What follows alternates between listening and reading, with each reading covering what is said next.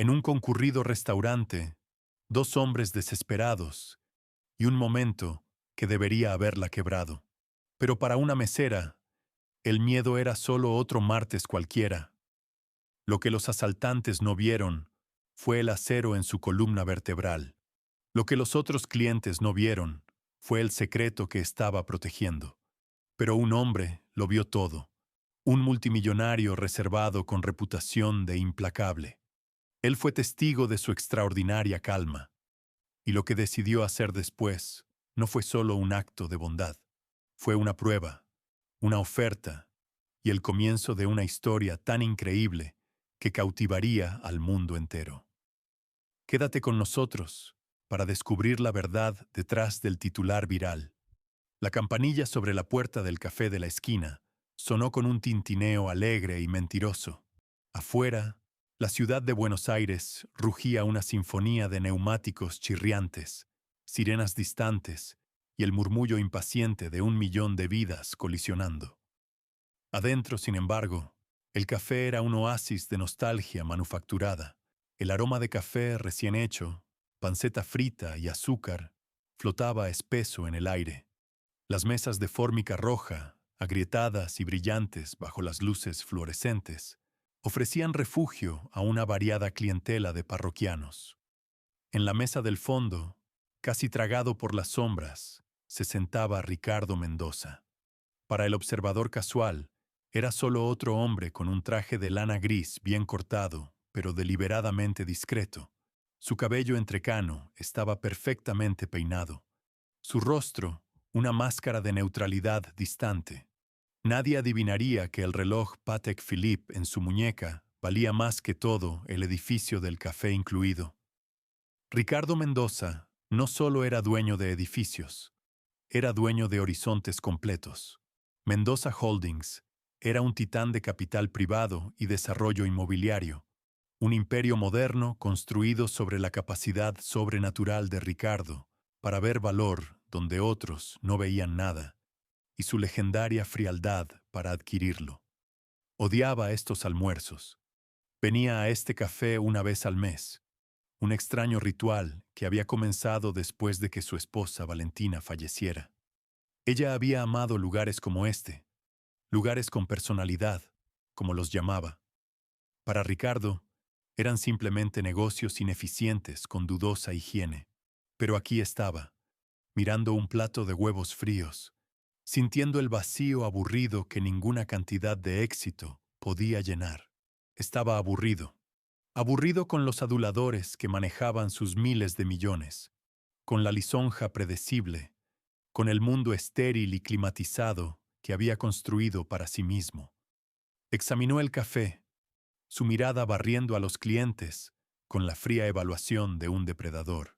Un estudiante encorvado sobre un libro de texto, una pareja discutiendo en tonos susurrados, un camionero devorando una hamburguesa, todos ellos predecibles, todos ellos aburridos. Sus ojos se posaron en la mesera. Su nombre era Sofía Herrera, y su mundo estaba a un universo de distancia del de Ricardo. Su uniforme, un vestido celeste con delantal blanco, estaba impecablemente limpio, pero deshilachado en las costuras, testimonio de incontables lavados. Se movía con una economía de movimiento que hablaba de largas horas y pies doloridos. Había tenues ojeras violáceas de agotamiento bajo sus ojos, pero su expresión era de concentración inquebrantable. Rellenaba una taza de café aquí, garabateaba un pedido allá, su mente un torbellino de cálculos. Las tostadas de la señora García necesitan estar extra crocantes. El hombre de la mesa 3 es alérgico a las cebollas. Tengo 47 minutos hasta que termine mi turno. Necesito recoger la receta de Camila. El alquiler vence el viernes. La transmisión del auto está haciendo ese ruido otra vez. Camila, su hermana de 9 años, era el sol alrededor del cual giraba el universo de Sofía. Un sol que estaba trágicamente amenazando con apagarse.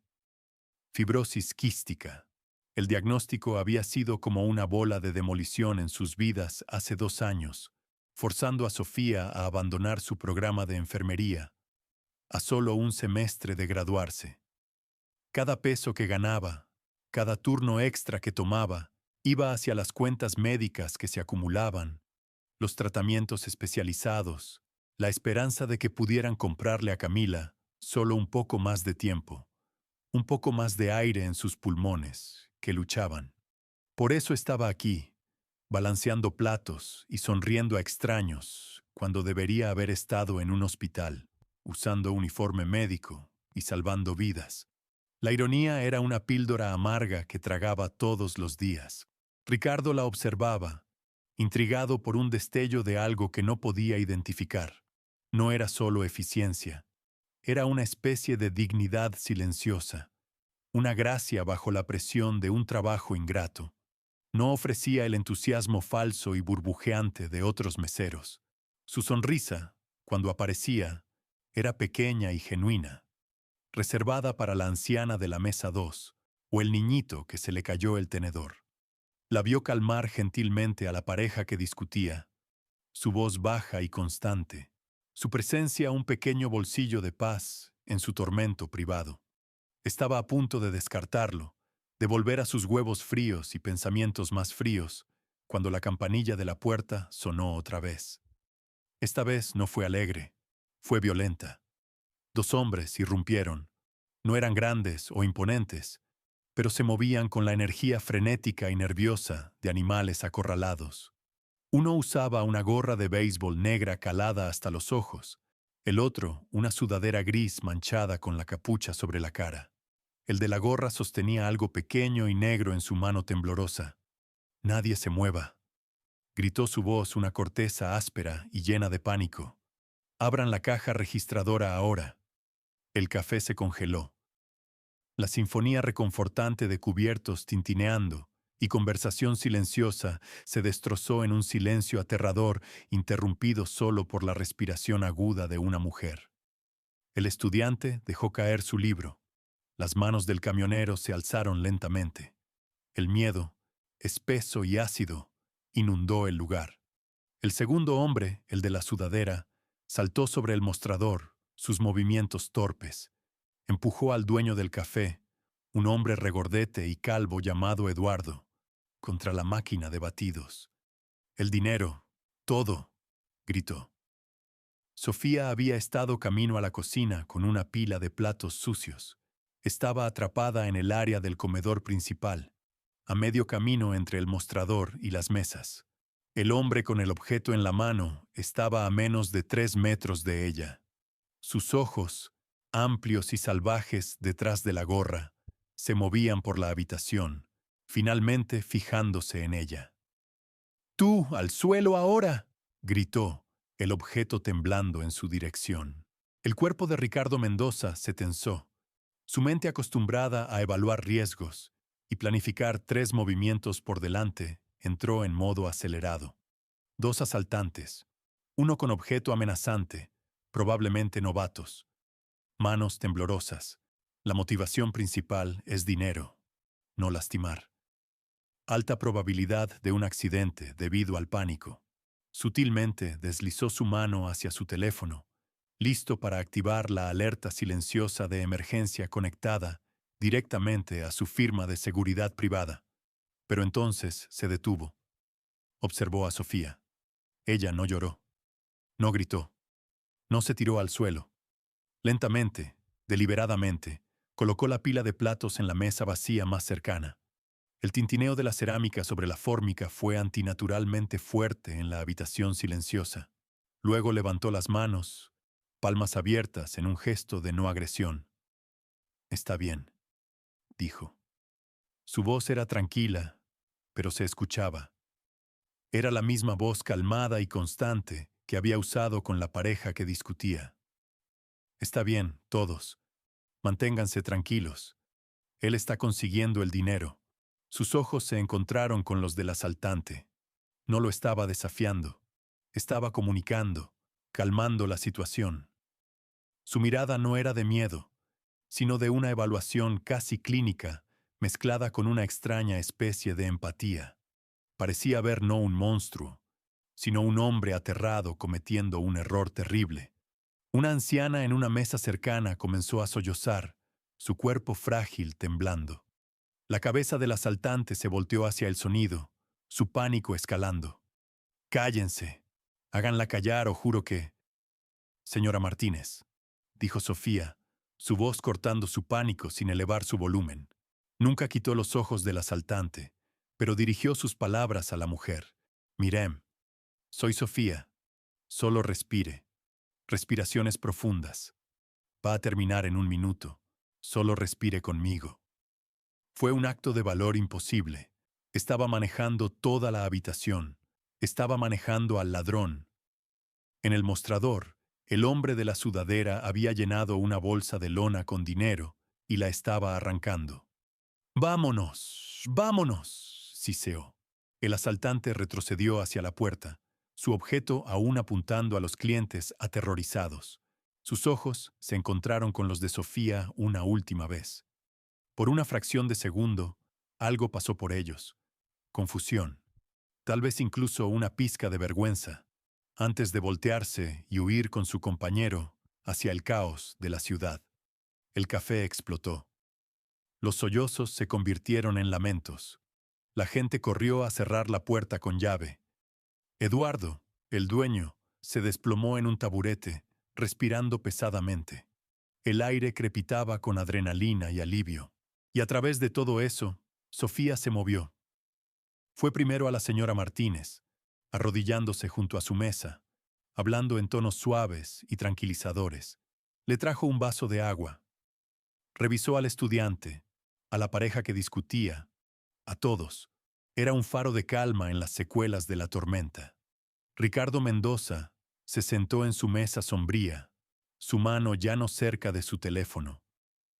No había movido un músculo. Había observado todo el evento desarrollarse, no como una víctima potencial, sino como espectador de la actuación más fascinante que había visto jamás. Había visto CEOs desmoronarse bajo menos presión durante una adquisición hostil. Había visto políticos tartamudear y sudar con una sola pregunta difícil. Sin embargo, esta mesera que ganaba el salario mínimo había enfrentado una situación de peligro con más compostura y gracia táctica que cualquiera de ellos. No había sido valiente de la manera imprudente de un héroe de película. Había sido inteligente. Había controlado la temperatura emocional de la habitación, evitando que el pánico empujara a los asaltantes hacia una situación más peligrosa. Fue una demostración asombrosa de lo que él más valoraba. Gracia bajo presión. Verdadera fortaleza. Si esta historia de valor oculto y segundas oportunidades está tocando tu corazón, no olvides suscribirte al canal, porque lo que Ricardo descubrirá sobre las verdaderas habilidades de Sofía no solo cambiará sus vidas para siempre, sino que también desatará una guerra corporativa tan intensa que nadie podrá predecir quién saldrá victorioso. En nuestros próximos videos seguirán viendo historias de este tipo. La policía llegó. Sus sirenas un anuncio tardío de seguridad. Se tomaron declaraciones. El caos lentamente se calmó en un zumbido procesal cansado. Sofía, su rostro ahora pálido y las ojeras violáceas bajo sus ojos más pronunciadas, finalmente reanudó sus deberes. Le trajo la cuenta a la mesa de Ricardo. Su mano temblaba ligeramente ahora, la reacción que había mantenido a raya finalmente filtrándose. «Lamento mucho lo que pasó, señor», dijo, su voz un poco ronca. «Su comida es cortesía de la casa, por supuesto». Ricardo la miró, realmente la miró por primera vez. Vio el uniforme deshilachado, el agotamiento y el núcleo inquebrantable de acero debajo de todo eso. Tomó la cuenta. En el pequeño pedazo de papel, no escribió nada. En cambio, sacó su billetera y extrajo una pila de billetes de 1,000 pesos. Contó 40 de ellos. 40,000 pesos. Metió su tarjeta de presentación, un rectángulo blanco, Stark, con nada más que su nombre y un número privado debajo del billete de arriba. Puso el dinero en la mesa y se levantó. Eso no fue ausencia de miedo, dijo, su voz baja y áspera. Eso fue liderazgo, muy impresionante. Antes de que una atónita Sofía pudiera responder, se dio la vuelta y salió del café, dejando atrás una pila de dinero que podía resolver sus problemas inmediatos y una pequeña tarjeta blanca que tenía el poder de destrozar su mundo una vez más, o reconstruirlo desde cero. El llanto agudo de las sirenas policiales se desvaneció en el fondo, reemplazado por el murmullo bajo de susurros conmocionados y el tintineo de las manos de Sofía mientras mecánicamente limpiaba las mesas. Su mente, sin embargo, estaba todavía congelada en la mesa del rincón. 40,000 pesos. La pila de billetes de 1,000 pesos nítidos se quedó en la mesa como un espejismo. Junto a ella, la tarjeta de presentación parecía arder con una intensidad silenciosa. Ricardo Mendoza. Mendoza Holdings. Un número de teléfono privado. Su primer instinto fue una ola de alivio tan poderosa que casi le dobló las rodillas. 40,000 pesos. Esto era más que una propina. Era una línea de vida. Era la próxima ronda de medicamentos costosos de Camila. Era el copago del especialista que había estado temiendo. Era el alquiler de un mes. Era una sola respiración gloriosa de aire en una vida que se sentía como un estado constante de ahogamiento. Su compañera de trabajo, una joven mujer perpetuamente estresada llamada Beatriz, se quedó boquiabierta ante el dinero. Sofía, ¿quién era ese tipo? ¿Te acaba de dejar 40,000 pesos? No tengo idea, tartamudeó Sofía, recogiendo el dinero y la tarjeta, sus manos temblando. Lo metió profundamente en el bolsillo de su delantal. El crujido de los billetes, una tranquilidad secreta contra su cadera. El resto del turno fue borroso. Le dio su declaración a un detective de aspecto cansado, su voz aún firme mientras relataba los eventos. Notó detalles que otros habían perdido. La ligera cojera del hombre de la sudadera, la marca Olimpo en la suela de sus zapatillas gastadas, un detalle que había visto cuando saltó el mostrador. Lo reportó todo con la claridad desapasionada de un observador entrenado, un remanente de sus días de escuela de enfermería. Cuando finalmente marcó la salida, las luces de la ciudad se sintieron diferentes. La sensación habitual de peso opresivo fue reemplazada por una esperanza frágil y tentativa.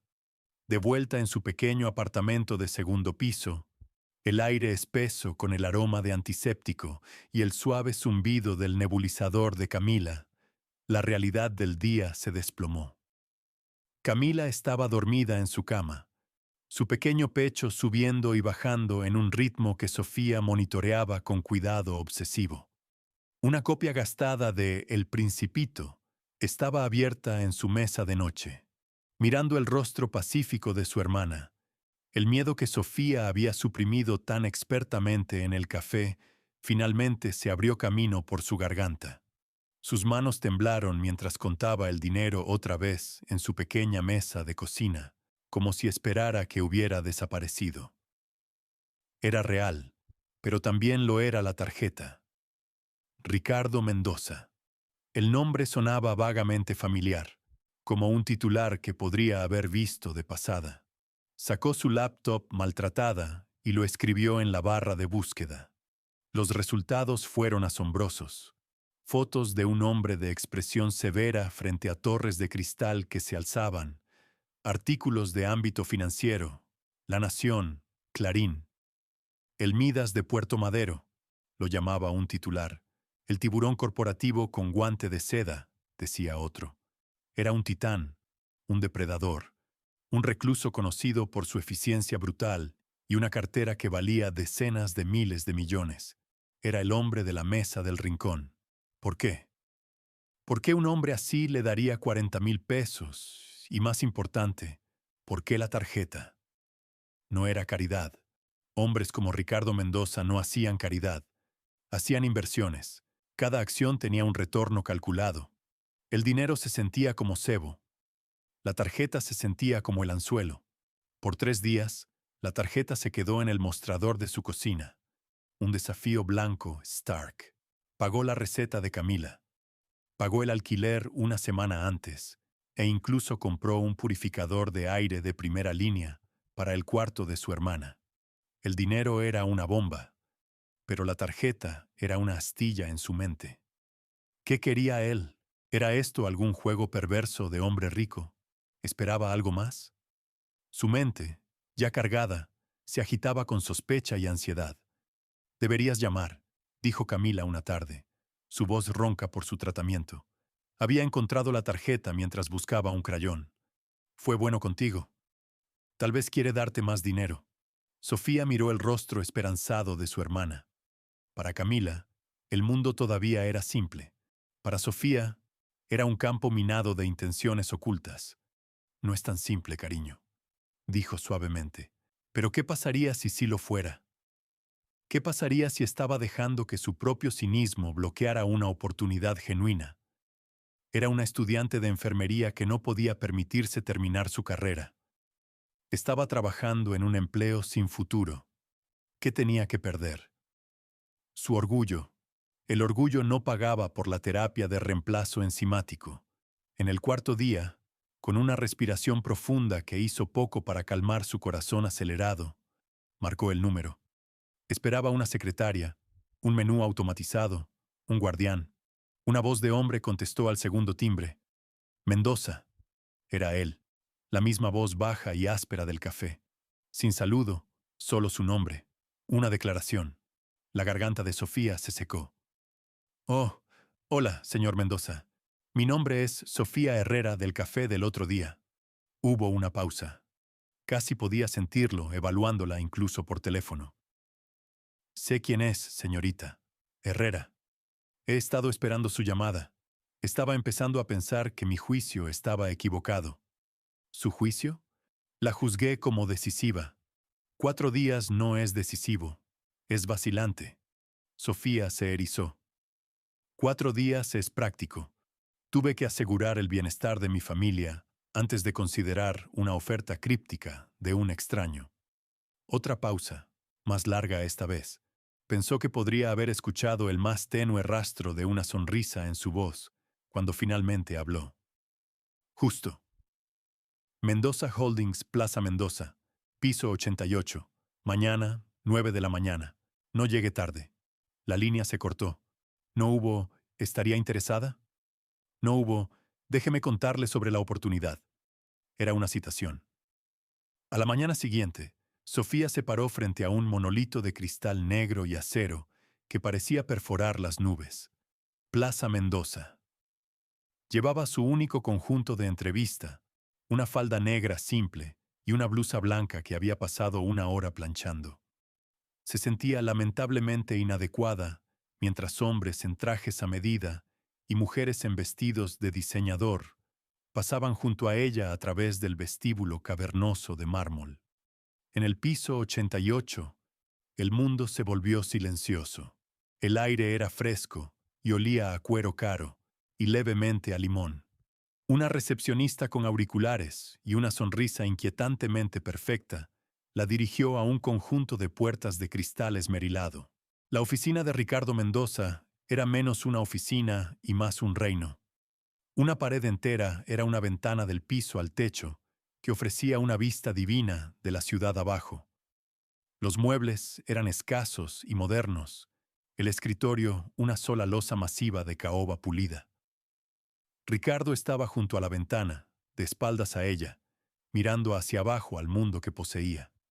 «Señorita Herrera», dijo sin voltearse. Puntual, una buena señal. Se volteó para enfrentarla. En la harsh luz matutina se veía mayor. Su rostro era un mapa de carreteras de estrés y noches sin dormir. «Por favor, siéntese». Se sentó en el borde de una silla de cuero que probablemente valía más que su auto.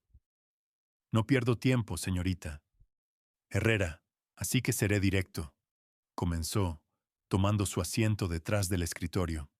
«Los 40,000 pesos fueron un agradecimiento por el entretenimiento». «¿El entretenimiento?», preguntó Sofía, su voz tensa. Verla manejar esa situación fue lo más interesante que he visto en todo el año. No entró en pánico. Evaluó. Manejó la amenaza. Manejó a las víctimas. Controló el ambiente. Tiene una habilidad rara y valiosa, la capacidad de permanecer absolutamente lúcida bajo presión extrema. Puedo enseñarle a alguien modelado financiero. No puedo enseñarles eso. Se inclinó hacia adelante, sus ojos fijándose en los de ella.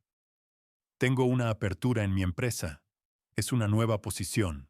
Coordinadora de proyectos especiales reportando directamente a mí. Sofía se quedó perpleja. Coordinadora de proyectos especiales.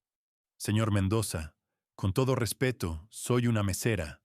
Tengo un título incompleto de enfermería. No estoy calificada para ser coordinadora de nada en un lugar como este. Su experiencia en enfermería es precisamente por lo que estoy interesado, contrarrestó, juntando los dedos. Está entrenada para observar síntomas, hacer diagnósticos y realizar triaje bajo presión. Los negocios no son diferentes. Se trata de identificar la enfermedad en un trato, encontrar los puntos de presión y saber a quién salvar primero. Su currículum es el currículum más impresionante que he visto en la última década. No por lo que está en él, sino por lo que no está. Fracaso. Deslizó una sola hoja de papel a través del escritorio. Era una carta de oferta. El salario impreso en ella hizo que su visión nadara. Era más de lo que ganaba en 5 años en el café. Médico completo, dental, visión, un paquete de beneficios que podía cambiar la vida de Camila de la noche a la mañana. Esto es... No entiendo, susurró. Su trabajo será manejar problemas, explicó. Problemas sensibles, una negociación difícil con un jefe sindical, una protesta comunitaria en un sitio de construcción nuevo, un cliente de alto valor al borde de retirarse. Será mis ojos y oídos. Irá a situaciones volátiles y traerá de vuelta estabilidad. No usará hojas de cálculo o PowerPoints. Usará las mismas habilidades que usó en ese café. Observación, desescalamiento, manejo de la emoción humana. Era insano. Era la oferta de trabajo más insana e inconvencional de la historia. Un multimillonario estaba contratando a una mesera para ser su manejadora personal de crisis, basándose en un asalto de 10 minutos. Una parte de ella gritaba que esto era un error, una fantasía, pero otra parte más profunda de ella, la parte que había enfrentado a un asaltante, la parte que luchaba por la vida de su hermana todos los días, reconoció la verdad en sus palabras. Él la vio. No vio a una mesera pobre para compadecer, vio a una guerrera. Habrá una condición, añadió Ricardo, su tono endureciéndose ligeramente. Lealtad absoluta, discreción absoluta. Lo que vea y escuche en esta empresa se queda con usted. Será probada. Muchas personas aquí no entenderán mi decisión. La verán como una forastera, una intrusa. Tratarán de hacerla fallar. Si falla, se va. No hay segundas oportunidades. Se levantó, señalando el final de la reunión. Necesito su respuesta al final del día. Sofía también se levantó, la carta de oferta apretada en su mano. Su mente era una tempestad. Este era un mundo de tiburones, y ella era un pececillo, pero los tiburones sangraban como cualquiera, y ella sabía cómo manejar el sangrado. Miró de la carta de oferta en su mano a la ciudad extendida afuera de la ventana. Una ciudad que siempre se había sentido alienígena y hostil. Por primera vez, se veía como una posibilidad. No necesita esperar hasta el final del día, señor Mendoza, dijo, su voz encontrando ese mismo tono calmado y firme del café. Acepto. Ricardo Mendoza se permitió la más pequeña de las sonrisas. Bien. Su primera prueba comienza el lunes. El primer día de Sofía en Mendoza Holdings fue como ser dejada caer en un país extranjero sin mapa. El piso 88 era un reino etéreo y silencioso de ambición tranquila. El aire mismo parecía zumbar con el intercambio silencioso y frenético de millones de pesos. Su propia oficina tenía una oficina. Era un cubo de paredes de cristal cerca de Ricardo, una declaración clara de su nueva proximidad al poder. También era una pecera. Sintió los ojos en ella inmediatamente. Eran curiosos, desdeñosos y abiertamente hostiles. Los susurros la siguieron a la máquina de café. Esa es ella, la mesera. Escuché que Mendoza la contrató por capricho. Mi primo tiene un MBA de la Universidad de San Andrés y ni siquiera pudo conseguir una entrevista. Su torturador principal se materializó en su segundo día. Su nombre era Sebastián Valdés. Alto, impecablemente vestido en un traje que probablemente costaba más que su primer auto, y armado con una sonrisa que nunca llegaba a sus ojos azules fríos, Sebastián era el niño dorado del departamento de adquisiciones. Era un legado de universidad privada, un maestro del juego corporativo, y veía a Sofía como un insulto a todo por lo que había trabajado. Sofía, ¿verdad?, dijo, apoyándose contra el marco de su puerta, sin molestarse en pedir permiso para entrar. Sebastián Valdés, dirijo la división de fusiones y adquisiciones. Solo quería darle la bienvenida al equipo. La palabra equipo estaba cargada de sarcasmo. Gracias, Sebastián, dijo Sofía, su tono uniforme. No se levantó, forzándolo a continuar hablándole desde arriba. Era un pequeño juego de poder sutil que había aprendido de tratar con clientes difíciles. Tengo que decir, continuó, mirando alrededor de su oficina espartana, todos estamos fascinados por su historia de contratación poco convencional. Ricardo ciertamente nos mantiene alerta. Era una profesional del servicio de alimentos. Era mesera, dijo Sofía, encontrando su mirada directamente. También soy una aprendiz muy rápida. Sebastián se rió, un sonido seco y sin humor. Bueno, si alguna vez necesita ayuda para entender la diferencia entre EBITDA y ganancias no realizadas, solo avíseme. No querría que se sintiera abrumada. Se pavoneó, dejando un rastro de condescendencia arrogante. Sofía lo ignoró. Pasó la primera semana haciendo exactamente lo que Ricardo le había dicho que hiciera. Observar. Leyó cada archivo al que se le dio acceso. Estudió las dinámicas de las reuniones ejecutivas, en las que se le permitía sentarse en silencio en una esquina. Observó cómo hablaba la gente, qué evitaban decir, quién se estremecía cuando se mencionaban ciertos proyectos. Estaba mapeando el terreno humano de la empresa. Su primera prueba llegó al final de la segunda semana. Ricardo la llamó a su oficina. No levantó la vista de su computadora. El proyecto Torre Libertador, dijo. Hay un problema. Sofía había leído el archivo. Torre Libertador era un masivo condominio de lujo de 80 pisos que Mendoza Holdings estaba construyendo en el centro. El problema era un viejo edificio de ladrillos, el último resistente en la cuadra, ocupado por una docena de inquilinos con alquiler controlado, en su mayoría ancianos. Mendoza les había ofrecido compras generosas, pero una mujer, una maestra jubilada de 78 años, llamada señora Morales, se negaba a irse. Había vivido allí durante 50 años. Sebastián Valdés había estado manejándolo, y su estrategia de aumentar la presión y amenazas legales solo la había hecho más desafiante, convirtiéndolo en un dolor de cabeza mediático menor. El enfoque de Sebastián está fallando, declaró Ricardo. Él lo ve como una negociación. Está tratando de encontrar su precio. No entiende el problema. Usted lo manejará ahora. Vaya allá, hable con ella, resuélvalo. Tiene 48 horas. Era un desafío directo, una remoción pública de responsabilidad de su niño dorado. Cuando Sofía salió de la oficina de Ricardo, vio a Sebastián a través de su propia pared de cristal. Estaba en el teléfono, su cara roja de furia. Sofía no fue al departamento legal, no revisó las ofertas de compra, Fue a los archivos de la ciudad. Pasó mediodía excavando, buscando cualquier cosa que pudiera encontrar sobre el edificio, sobre la señora Morales. Luego fue a una panadería y compró una pequeña tarta de limón.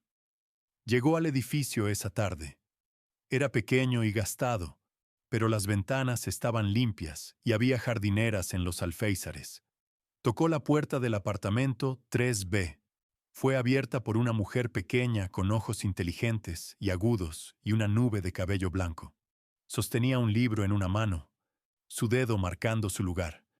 Si es de Mendoza Holdings, puede darse la vuelta y irse, dijo la señora Morales, su voz firme. Mi nombre es Sofía Herrera, dijo Sofía calmadamente. No estoy aquí para darle otra oferta. Esperaba poder hablar con usted por unos minutos. Traje una tarta de limón. Leí en un viejo boletín del barrio que ganó el concurso de repostería de San Judas, con su tarta de limón en el 98. Pensé que una conocedora la apreciaría.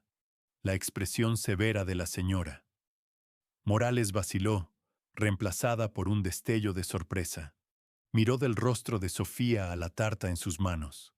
Después de un largo momento, suspiró y abrió más la puerta. Bueno, sería una lástima dejar que una buena tarta se desperdiciara. Entre. El apartamento de la señora Morales estaba lleno de libros y recuerdos. Sofía no habló sobre el edificio o el dinero.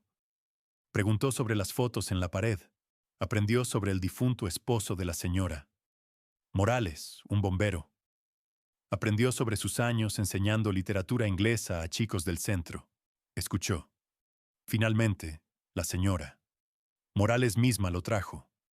¿Sabe por qué no me iré, verdad? No se trata del dinero, dijo Sofía silenciosamente. Por supuesto que no se trata del dinero, resopló la anciana. Mi esposo Roberto puso cada ladrillo de esa chimenea él mismo. Nuestro hijo dio sus primeros pasos en este piso. Planté el rosal en el jardín comunitario de abajo el día que se fue a la universidad. Este no es un apartamento, señorita Herrera. Es mi vida. Ese hombre, señor Valdés, no entiende. Piensa que todo se puede comprar y vender. Ofreció mover la chimenea ladrillo por ladrillo. ¿Se imagina? Como si fueran las piedras lo que importa. Es la memoria, susurró Sofía. Exactamente. Sofía se inclinó hacia adelante. Señora Morales, Mendoza Holdings es una máquina. No va a parar. Esa es una realidad que no podemos cambiar. Pero ¿qué pasaría si pudiéramos salvar la parte que importa? No los ladrillos, la memoria. Sofía sacó un archivo de su bolsa. No era un documento legal. Era una propuesta que había escrito ella misma. Torre Libertador va a tener un pequeño parque público en la planta baja, explicó Sofía. Un espacio verde. Mi propuesta es dedicarlo como el Jardín Memorial Roberto Morales. Moveremos su rosal para que sea la pieza central.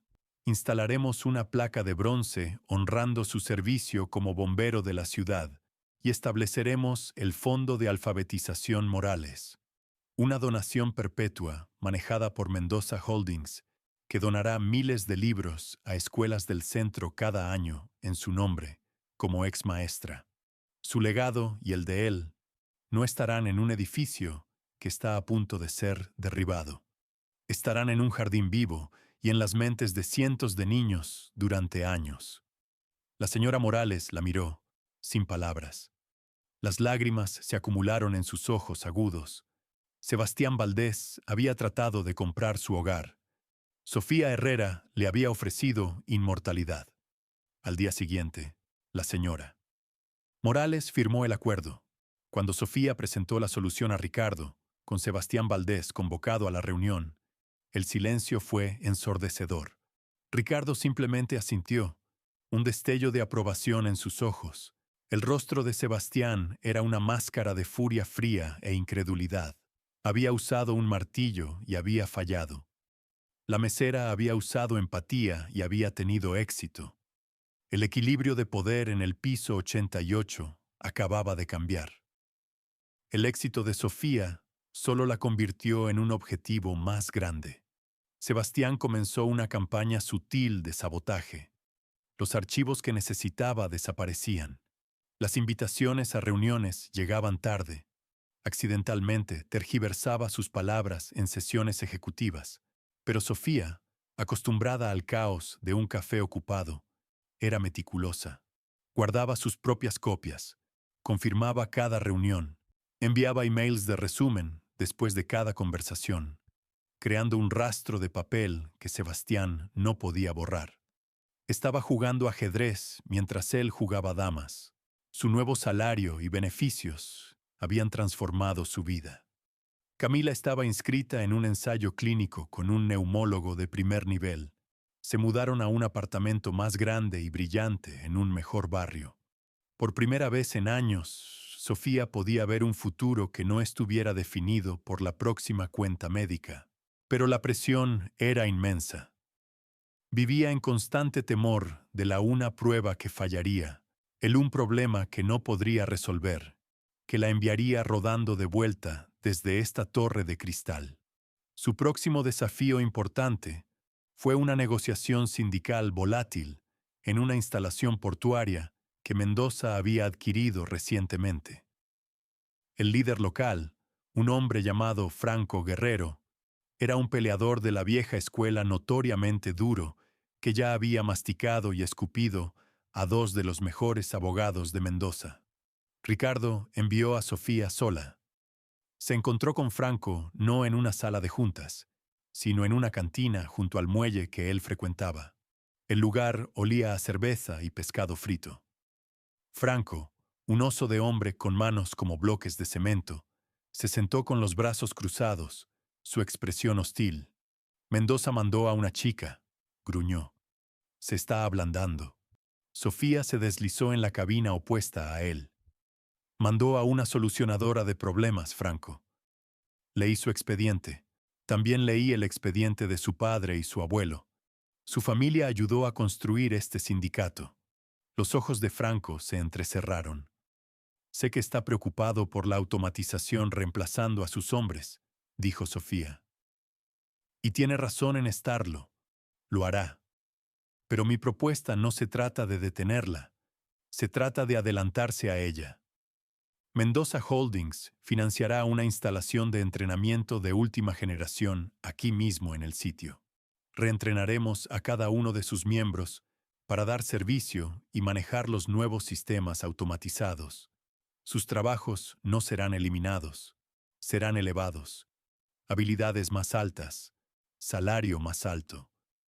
Su sindicato no estará luchando contra el futuro, lo estará dirigiendo.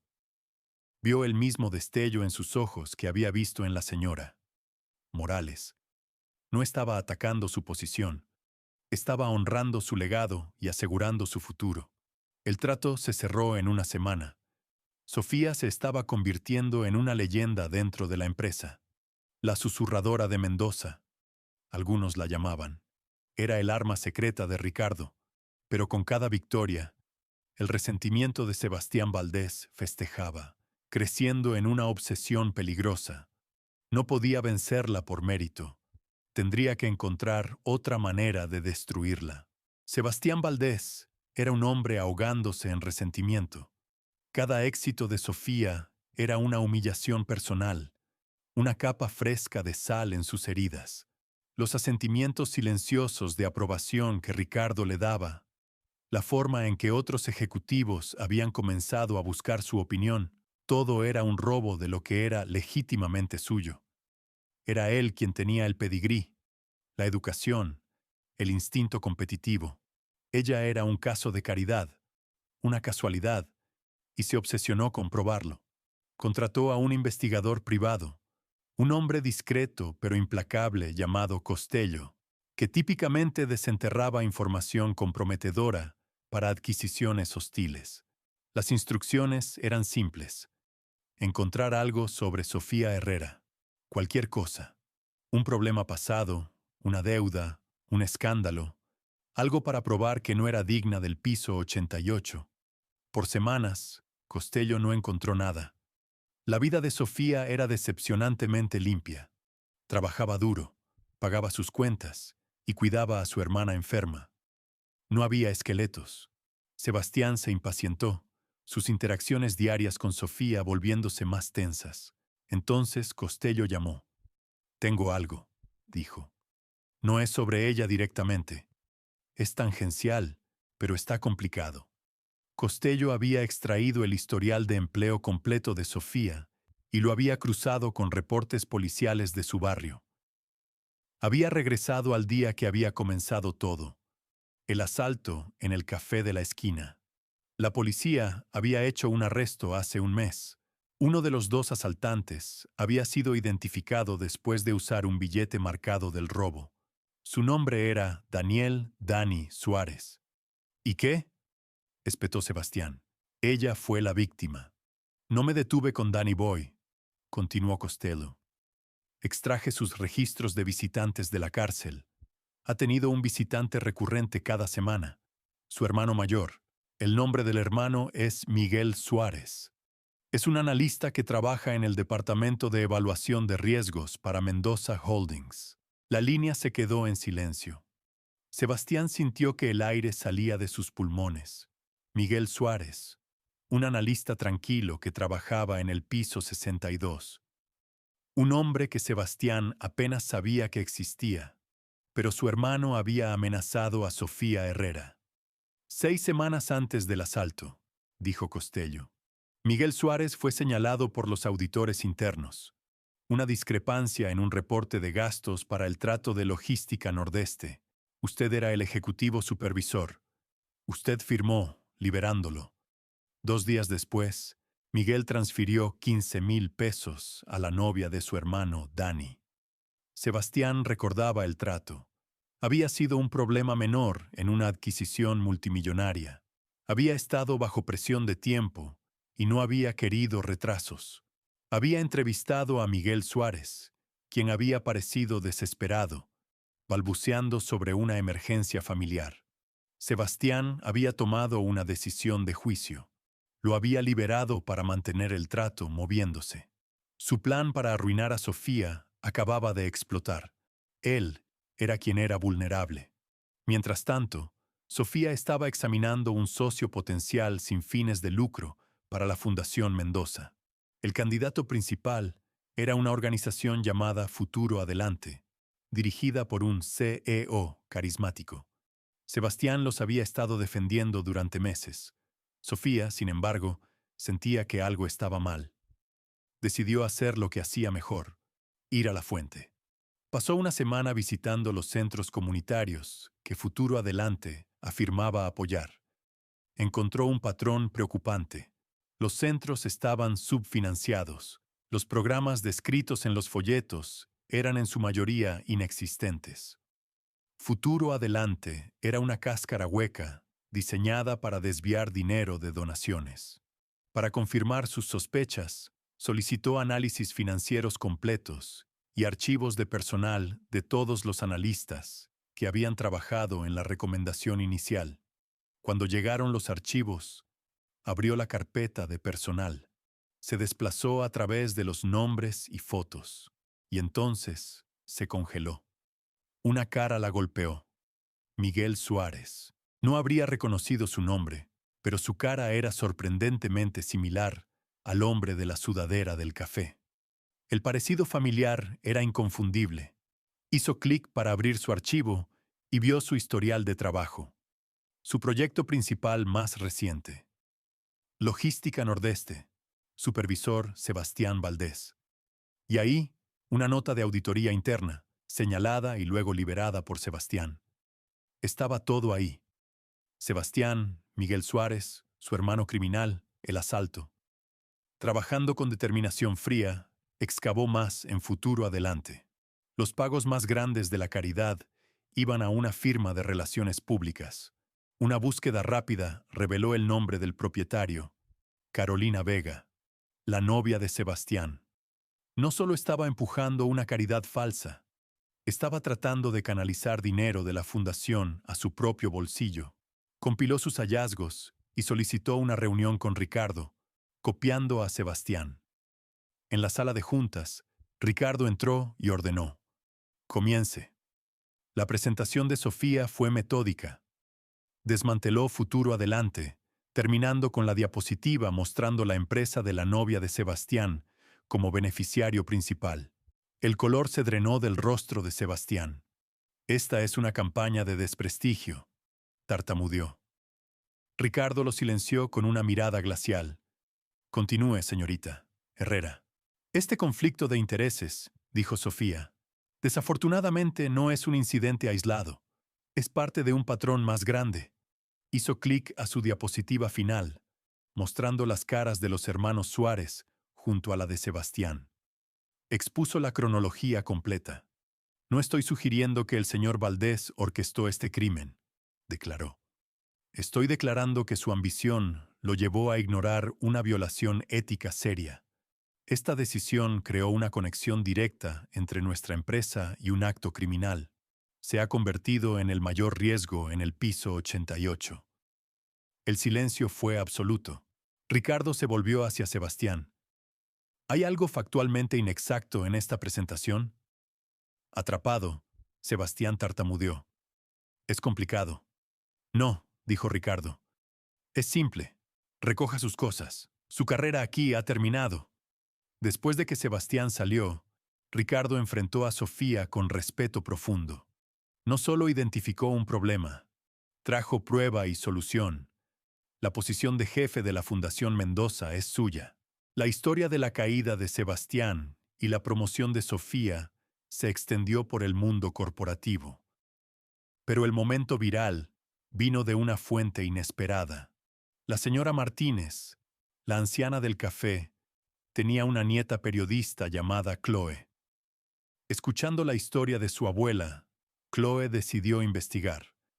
Entrevistó a Eduardo, el dueño del café, quien le contó sobre el hombre misterioso y la propina de 40,000 pesos. Usando la descripción y el nombre de la tarjeta, Chloe identificó a Ricardo Mendoza. La historia se volvió mucho más grande. Chloe siguió investigando y descubrió que la mesera heroína ahora trabajaba para el multimillonario. Había encontrado los registros del Jardín Memorial Roberto Morales y había hablado con la señora Morales, quien elogió a Sofía Herrera. El medio de Chloe publicó: de mesera a vicepresidenta, el multimillonario que contrató a la heroína del café de la esquina. Se volvió viral globalmente. Ricardo, reconociendo la oportunidad, autorizó una entrevista con Sofía. En ella, Sofía magistralmente cambió el enfoque. La oferta del señor Mendoza fue extraordinaria, pero no me estaba recompensando por ser víctima. Reconoció habilidades. Lo que hice en ese café son las mismas habilidades que uso ahora para la fundación. Esta no es un cuento de hadas. Es testimonio de que el talento está en todas partes. La historia se convirtió en inspiración. Sofía Herrera se convirtió en símbolo de potencial oculto. Ricardo Mendoza fue reinterpretado como visionario que veía valor en personas. Desde su nueva oficina, Sofía lanzó el proyecto Nightingale, un fondo masivo de becas para estudiantes de bajos ingresos que habían abandonado programas de salud por dificultades financieras. Su vida era irreconocible. Camila prosperaba con su nuevo tratamiento. Era una niña feliz que amaba visitar la oficina de Sofía. Sofía finalmente tenía tranquilidad. Ya no solo salvaba a su hermana, tenía poder para salvar a incontables otros. Una noche, Ricardo visitó su oficina. Miró los planes del proyecto Nightingale. Impresionante, dijo. No solo dirige la fundación, la está rehaciendo. Me enseñó a buscar la enfermedad en un sistema, respondió Sofía. El sistema que deja caer a personas con talento para sanar está enfermo. Solo realizo triaje. Ricardo miró las luces de la ciudad. Había pasado su vida adquiriendo cosas, pero al contratar a Sofía, había hecho su primera adquisición invaluable. Había encontrado a alguien que no solo manejaba crisis, sino que construía legados.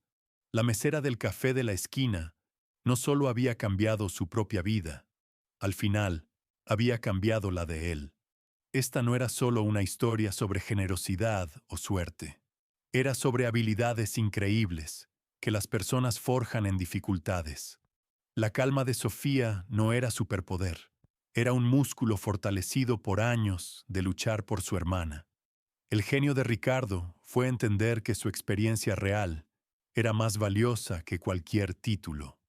Esta historia nos recuerda que la persona más calificada podría no tener el currículum más pulido y que la verdadera fortaleza es más silenciosa en medio de tormentas.